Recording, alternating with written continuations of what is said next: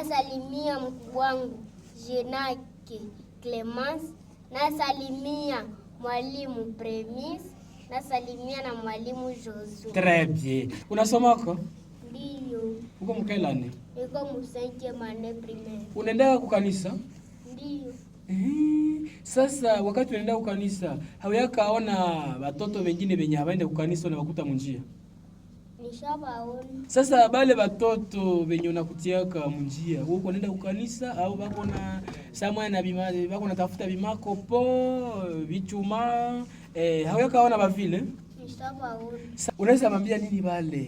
Kuta tena siku ya Jumapili ijayo au dimanche prochain wakati tunabakutia munjia bako natafuta mako po kuenda kwa kole dimanche. Sasa unaweza mwambia kitu gani wakati tunabakutia munjia? Nawaambia waende kukanisa. Waende pamoja na wewe?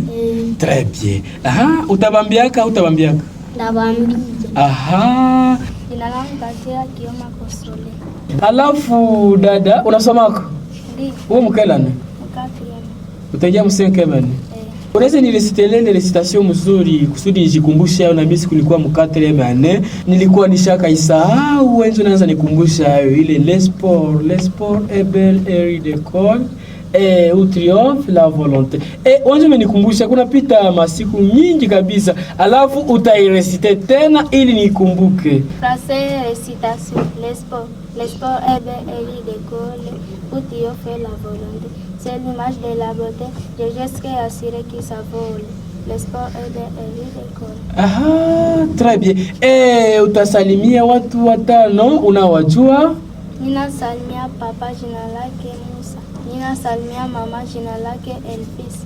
Ninasalimia Yomba jina lake Stani. Ninasalimia tate jina lake tate Espe. Ninasalimia tate jina lake Luanzo.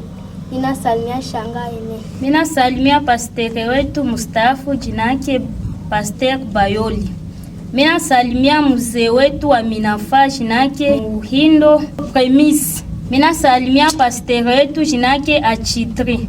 Ninasalimia directeur wetu wa Minafa Kusebeka Nyiragongo jina yake Muhindo Matalio Nelson. Mina salimia mamangu jina yake Kanyere Emeras. Asante kabisa. Mwalimu, ulisema unaitwa nani? Mimi naitwa Kahambu Lukambo Rebeka. Très bien. Unafundisha watoto? Ndio, mimi nafundisha watoto. Kuhudumia watoto kuna baraka nyingi. Baraka yenyewe nishakapata ni make ukishakuwa mwalimu wa watoto wewe peke kwanza unajipatiaka respect, hawezi enda fanya vitu vya mbaya njia ama hawezi kwa ningia manganda juu kwanza watoto wao peke watakuona. Ile mwa kwanza inapatiaka mtu make baraka ya boga. Aha, ni kwamba unafundisha watoto, baraka kubwa umeipata. Unaogopa Mungu kupitia huduma hii ya watoto.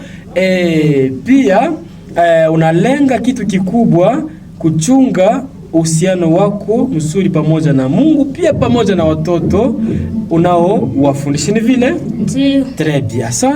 Asante. Alafu na wengine ambao kwa mara nyingine wanapenda huduma la watoto, alafu wanaweza penda hudumia watoto, kwa mara nyingine wanakutana ugumu fulani. Unaweza wahimiza? Ndio. Unaweza wahimiza namna gani? Nikubahimiza na waambia gisi kila fasi kuko magumu.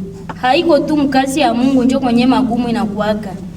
Na mubitu vyengine na mko magumu. Maana nikubambia hata kama mtu akutanane na magumu, hakuna magumu yenye itezi kwa ya kuzito zaidi ya Mungu. Itezi pitia magumu lakini Mungu anakuwa anakupima imani. Asante. Sasa kuko wengine wanasemaka kufundisha watoto kanisani kwa nguvu. Kuna watoto ambao hata hawajui kusema, hawajui kuongea. Unawafundisha namna gani? Kufundisha mtoto unamfundisha kwa gisi iko. Usimfundishe vya nivua mtu mkubwa. Très bien. Asante mwalimu. Alafu unatumia mbinu gani katika kufundisha watoto hawa ambao hawajui kusema? Unatumikisha metode gani? Minatumikisha metode ya Vizazi Kongo ya journali. Très bien. Alafu wasikilizaji wetu ambao wanatufuata kule manyumbani, kwa sababu ni kipindi ya salamu za watoto na mwalimu ule ndiye anakuwa kwenye meke ya radio.